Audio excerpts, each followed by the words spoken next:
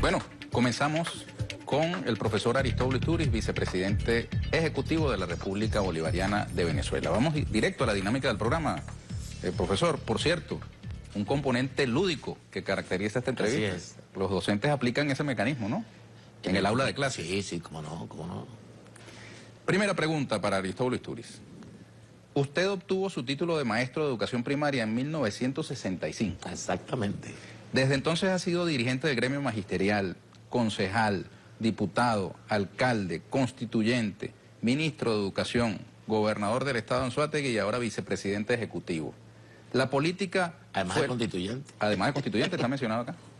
¿La política fue lo que lo motivó a la docencia o la docencia a la política? Mira, yo creo que ambas cosas, ¿no?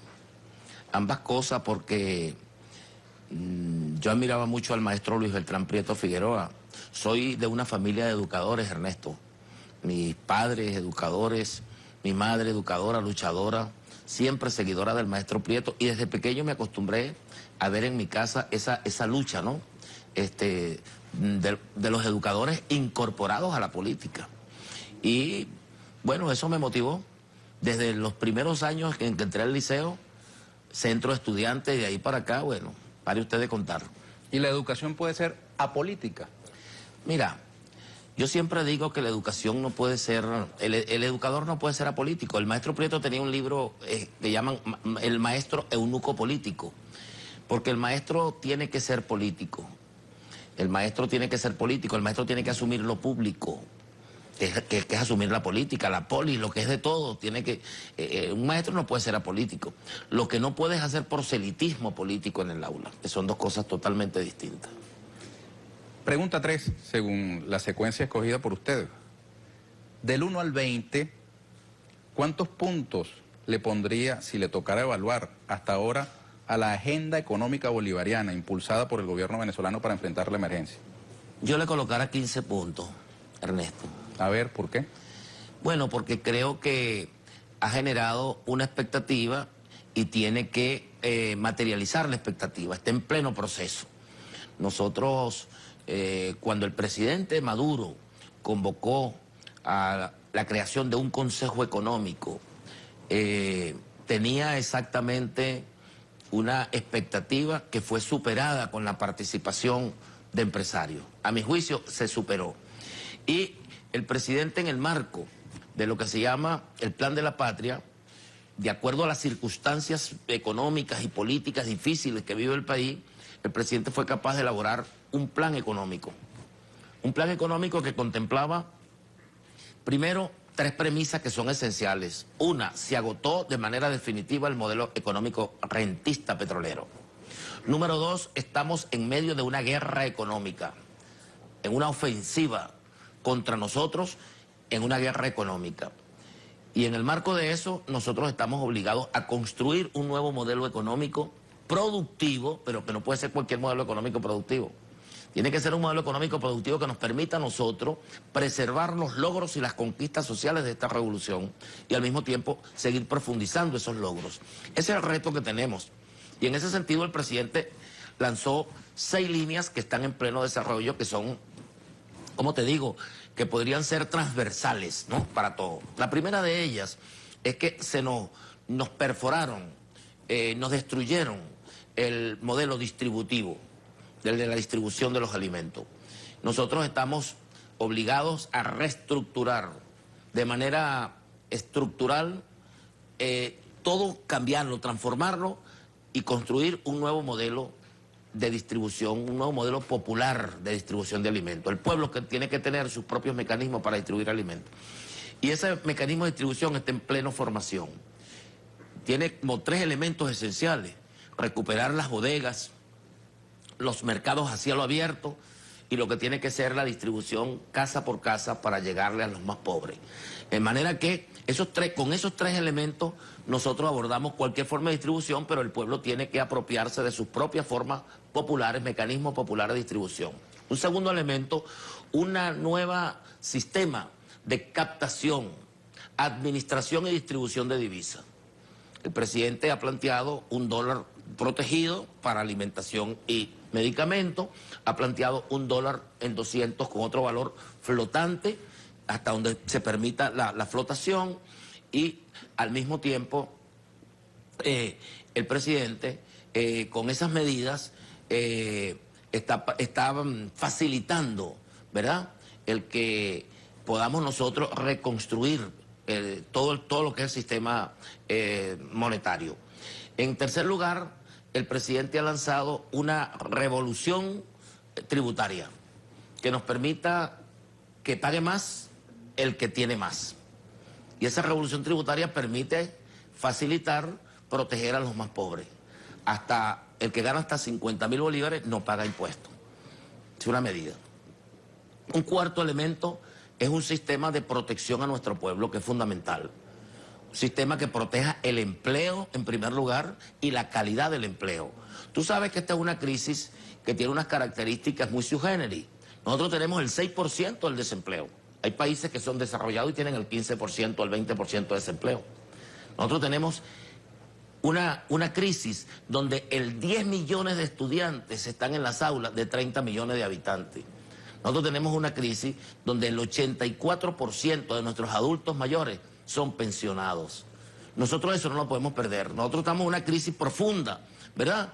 Pero que tenemos una educación pública gratuita. Y vamos rumbo a los 3 millones de estudiantes universitarios. Sí. ¿Usted diría que la agenda económica obtiene los 15 puntos en este primer lapso, llamémoslo así, por lo social? Mira. Pero le pregunto... No solo lo social, fíjate. Ajá, en lo económico específicamente. Te digo que la agenda tiene que lograr lo productivo. Si no logra lo productivo no tiene sentido. Tiene que lograr lo productivo y al mismo tiempo garantizando lo social. Te estoy diciendo elementos que son comunes, pues. Pero la estructura de la agenda económica tiene 15 motores productivos. 15 motores productivos. Cada motor productivo tiene la obligación de generar la producción de manera soberana de rubros. Nosotros llamamos eso el plan 50. Mínimo vamos a trabajar para 50 rubros, producirlo de manera soberana. Y esos rubros tienen que ver con bienes y tienen que ver con servicios, bienes y servicios. Y tenemos los 15 motores. Entre el motor y los rubros están las mesas de trabajo, las cadenas. ¿Qué falta para que tenga 20 puntos la agenda económica? La prioridad, fíjate, nosotros consolidar el sistema cambiario. Yo creo que eso es fundamental, consolidar el sistema cambiario. ¿Cómo se traduce eso? Que el sistema cambiario nosotros podamos aplicarlo ya de manera definitiva, y en ese sentido, bueno, tenemos escasez de divisas, ¿entiendes? Tenemos que ir poco a poco, progresivamente. Eso para nosotros es fundamental. Es fundamental que nosotros terminemos un elemento fundamental de los que son transversales, que es la construcción del nuevo sistema de precios. Es fundamental. Fundamental que nosotros logremos dar el salto con el nuevo sistema de precios. Y el nuevo sistema de precios no es aumento por aumento. El nuevo sistema de precios significa actualizar algunos precios atendiendo a la ley de precios justos. ¿Cuál es la estructura, verdad?, de producción? Y en base a esa estructura de producción, nosotros un margen de ganancia. ¿Entiendes? Es decir, y eso se lo estamos aplicando a distintos productos. ¿Por qué? Porque en Venezuela, tú sabes que nosotros estamos afectados con un elemento que es que la moneda, hay una alta inflación y gran parte de esa inflación es inducida. Porque el dólar today, por ejemplo, es un instrumento que han utilizado desde fuera para golpearnos la moneda. Y eso incorpora un 70% de la inflación. Es responsabilidad del dólar today, por ejemplo. Los adversarios del gobierno dicen que como una página web va a causar tal daño a un Estado soberano. Bueno, pero lo causa. Sale de Miami, pasa por Cúcuta, pero no afecta a Colombia ni a los Estados Unidos, porque afecta solo a Venezuela, porque tiene una direccionalidad política. Ahora, ¿qué tiene que pasar? Y le repito la pregunta, para que la agenda económica bolivariana tenga 20 puntos. Es decir, que la gente sienta que tenga resultados, tenemos que poder aplicar con mayor eficacia la política cambiaria. Y eso tiene que ver, te estoy diciendo, nosotros necesitamos, ¿verdad? Y tenemos que avanzar más en el sistema de precios, y en eso se está trabajando. En ambas cosas se está trabajando. ¿Cuándo se hará esa evaluación para poder decir? Bueno, nosotros hacemos la evaluación ¿Terminó el segundo lapso, o el tercer lapso, el cuarto lapso? Toda la semana hacemos evaluación, todos los martes evaluamos. Y vamos profundizando en uno, profundizando en otro. Fíjate, en cada uno de los motores se van tomando medidas. Si tú viste el motor turismo esta semana, tú viste que las medidas que se tomaron son muy convenientes. Esta semana vamos a ver en el motor turístico cómo, por ejemplo, se va a inaugurar el teleférico de Mérida y cómo al mismo tiempo vamos a firmar 15 convenios mixtos para la administración y la dirección de empresas venezolanas y la vamos a compartir con empresas estratégicas, ¿no? Convenios estratégicos. De manera que todos los días se están tomando medidas. Tú vas a ver cómo, por ejemplo, el jueves vamos a tomar medidas con relación al motor de hidrocarburos, ¿ven? O el día miércoles vamos a tomar medidas con relación a lo que tiene que ver con la petroquímica. Hay algunos que dicen que todos esos motores necesitan como combustible los petrodólares. No, todo siempre se necesita, pero es que hay una crisis. Y la crisis es que el dólar te bajó el valor del barril de 100 a 20, pues. Pues si no, no estuviéramos en esto. Y muchos dicen, bien bueno que pasó, para que nosotros asumiéramos de manera definitiva una economía productiva. Yo no llego a tanto, pero en todo caso creo que es una oportunidad. Esto que está pasando en Venezuela es una tremenda oportunidad para acelerar, a dar el salto a una economía productiva. Y en eso hay conciencia en la mayoría de los productores. Demos el salto a la siguiente pregunta y recordemos que la séptima la escoge nuestra audiencia a través de telesurtv.net. La número 5, escogida por usted mismo. Sucesivas sentencias de la Sala Constitucional del Tribunal Supremo de Justicia en Venezuela han puesto límites a iniciativas aprobadas por la mayoría antichavista de la Asamblea Nacional. Hoy mismo anticipó la Sala Constitucional como un fraude constitucional una eventual enmienda para recortar el mandato del presidente Nicolás Maduro. Al mismo tiempo, la oposición presiona al CNE, al Consejo Nacional Electoral, para que active un referendo revocatorio del mandato. ¿Cuál será el desenlace de este conflicto permanente entre poderes del Estado venezolano? Bueno, siempre cuando hay una confrontación de poderes de este tipo, llega un momento en que tienen que ponerse de acuerdo y tienen que ponerse de acuerdo. Pero ahorita hay una confrontación. Tú podrías decir, si ves de un lado, bueno, el Tribunal Supremo no desactivó una ley que aprobó no le dio la legalidad a una ley que aprobó la Asamblea. Pero otros podrían decirte, mira, pero la Asamblea está aprobando cosas locas, ¿no? Cosas que están contra la Constitución. ¿Tú crees que, por ejemplo, agarra cualquiera de las leyes, cualquiera? ¿Ah?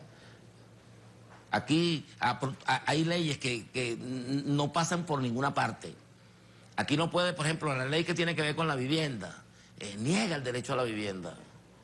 ¿Ah? O la ley de la impunidad. Yo la llamo la ley de la impunidad, porque es una ley para que no haya sanciones.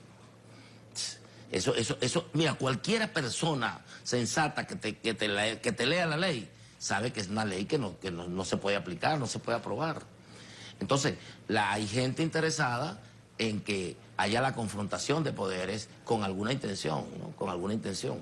Y evidentemente la respuesta no puede ser, vamos a aprobar esta ley loca para que no haya confrontación. No, en algún momento los sensatos se impondrán, ¿entiendes? En algún momento. ¿Los sensatos dentro de la oposición? Los sensatos dentro de la oposición, sí. Sí. Y yo creo que los sensatos. Yo creo que hay gente allí que ha dicho, mira, aquí es necesario sentarse el diálogo, aquí es necesario conversar, dice gente. Otra gente está interesada en provocar. ¿Y el gobierno está interesado en ese diálogo, en conversar? Bueno, el gobierno lo ha demostrado.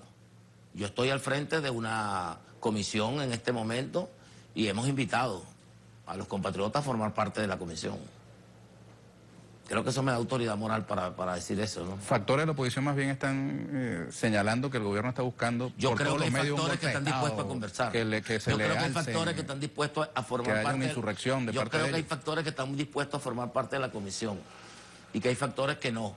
Ahora, por no dividirse, tú no puedes estimularle en ellos una división tampoco, ¿no? Que se pongan de acuerdo y hay que esperarlo. Cuando el presidente designó la comisión, lo llamamos, esperamos. Se iban a incorporar esta semana, no pudieron, esperamos.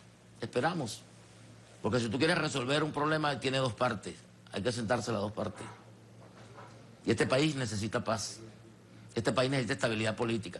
El que está interesado en irrumpir, el que está interesado en desestabilizar, no quiere que haya acuerdo, ni que quiere que la gente converse, ni quiere que la gente pueda sentarse.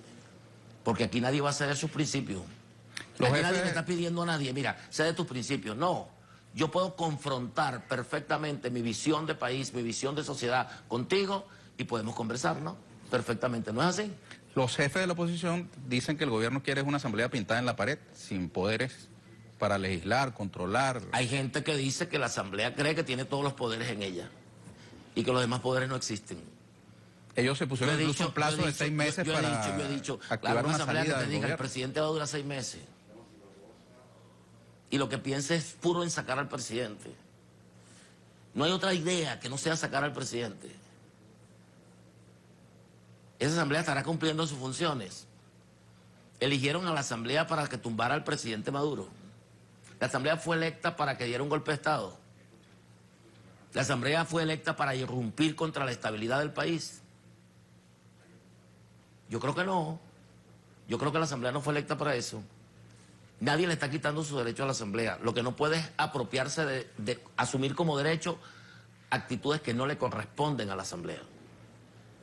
Aquí hay una colaboración de los poderes. El principio de colaboración de los poderes lo establece la Constitución. No el de confrontación de poderes. Ah, bueno, hay que confrontar, se confronta. Porque si tú quieres que te respeten, tienes que empezar por respetar.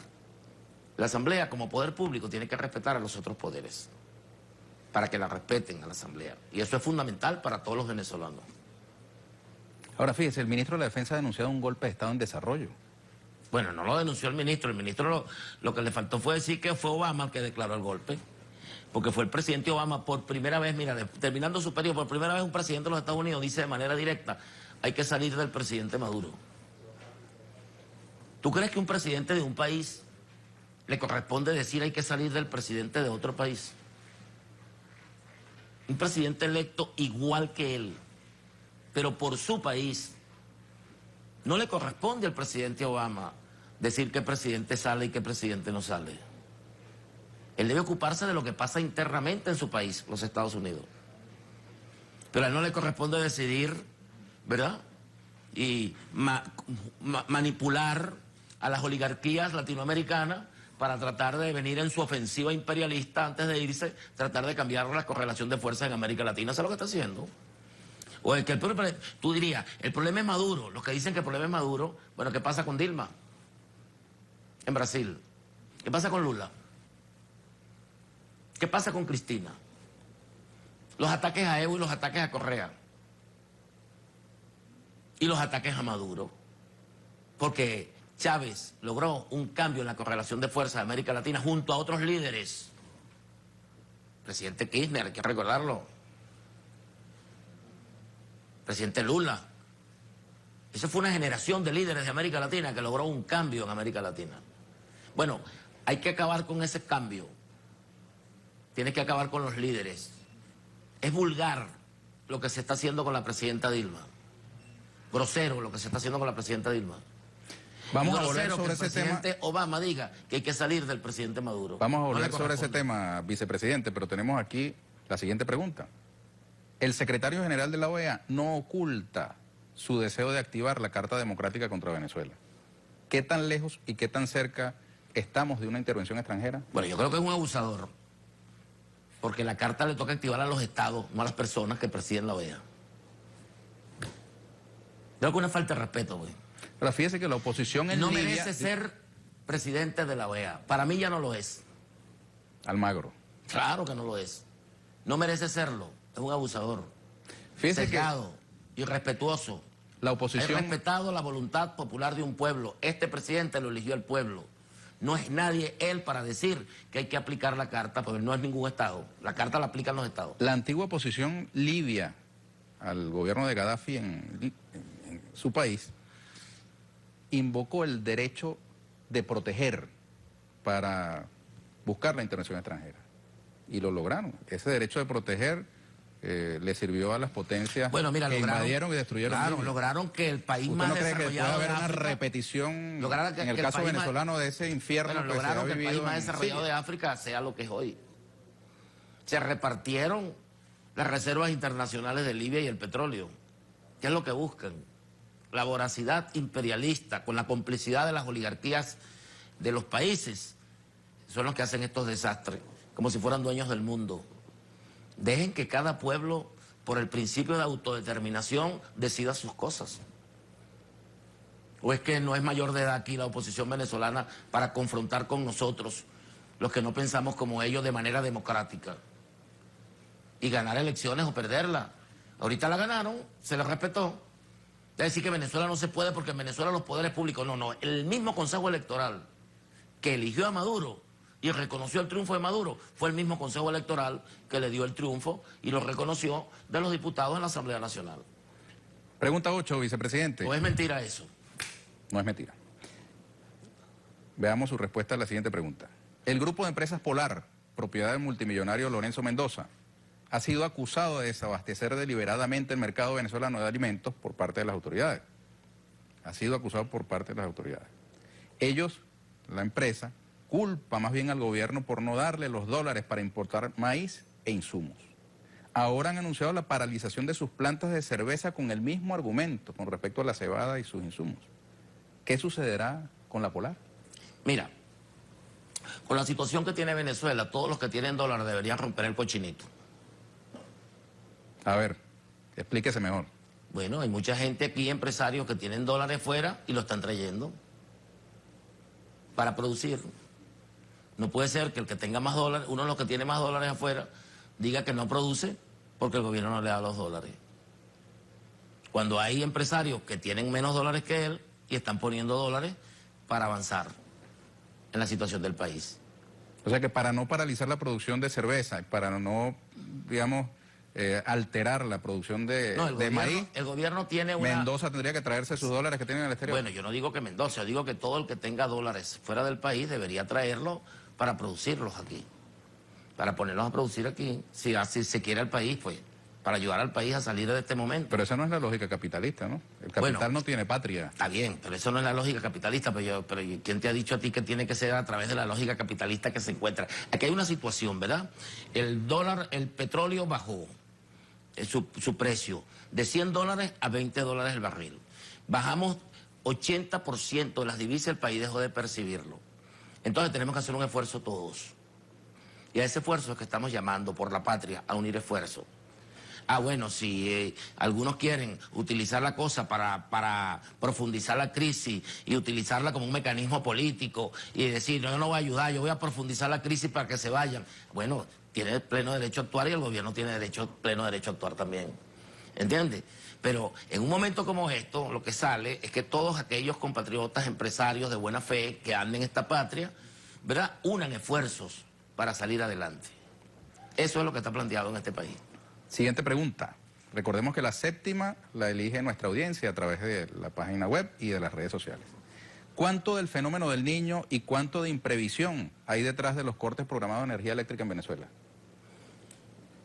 Mira, en todo el país, todo el planeta, se siente los cambios climáticos que tienen que ver con el fenómeno del Niño. Tenemos 2 años de sequía. 2 años de sequía. 2 años de sequía.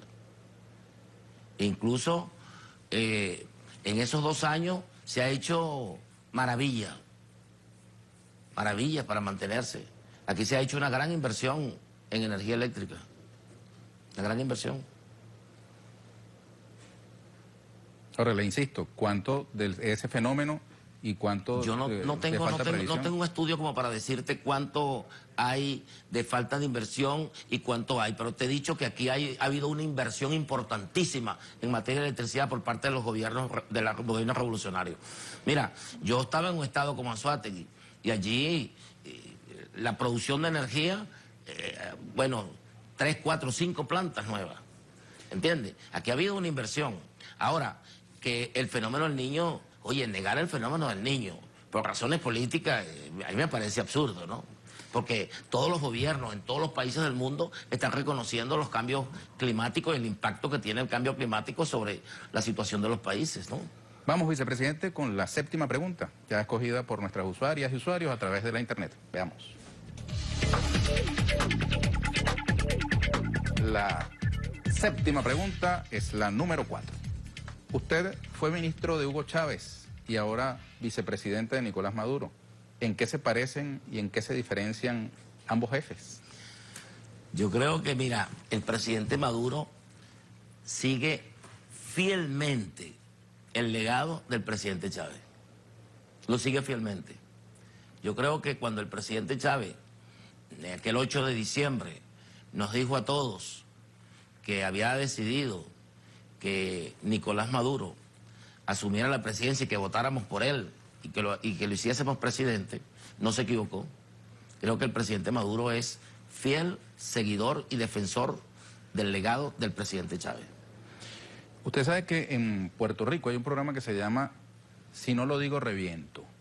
Esta pregunta no fue escogida ni por usted ni por la audiencia, pero si no se la hago, a reventar, Chico, dila. Por eso mismo, que se revienta el coordinador. Es la 9. El golpe parlamentario en Paraguay contó con la participación activa de Federico Franco, quien era el vicepresidente de Fernando Lugo. Ahora mismo en Brasil, el vicepresidente Michel Temer está abiertamente envuelto en la trama para destituir a la presidenta Dilma. De hecho, está formando gabinete. ¿Qué le dice usted a quienes puedan imaginar que Aristóbulo Istúriz pueda jugar un papel semejante aquí en Venezuela al de Federico Franco y Michel Temer? Bueno, yo creo que yo tengo autoridad moral porque tengo una práctica de lealtad, ¿verdad? Tú puedes verla, 4 de febrero, tú puedes verlo en toda esa historia, pues 27 de febrero, tú puedes verlo el 11 de abril, es decir, o sea, no es un problema de deseo, ¿no? Es un problema de una vida, ¿no? De lealtad. Y soy leal al presidente Chávez y leal al presidente Maduro. Puedes estar seguro, hermano. A mí me vas a ver en primera fila defendiendo esta revolución en sus momentos más difíciles. Siempre me vas a ver ahí. ¿Y qué piensa de esos otros vicepresidentes? Son unos traidores, chicos. Son unos traidores. A Chávez también lo traicionaron. Chávez tuvo traidores. ¿O es que crees tú que se pasó el 11 de abril? Fue la traición, gente en la que Chávez confiaba. ¿Ven? El vicepresidente de la presidenta Dilma y el vicepresidente del presidente Lugo, bueno, fueron traidores. Terminamos, vicepresidente. Un mensaje muy breve para América Latina. Bueno, primero, lealtad con nuestro pueblo, lealtad con nuestro comandante y lealtad con esta revolución bolivariana. Nosotros sabemos lo que significa esta revolución. Y en sus momentos difíciles, bueno, se crece este pueblo se va a crecer. Con toda seguridad nosotros vamos a salir de las dificultades que estamos atravesando en este momento. Perfecto. Le agradezco mucho, vicepresidente. Gracias por venir. Gracias a ti por invitarme. Y a ustedes, amigas y amigos, los invitamos a una nueva oportunidad en 7 preguntas con este servidor Ernesto Villegas, siempre con muchísimo respeto por ustedes. Muy buenas noches.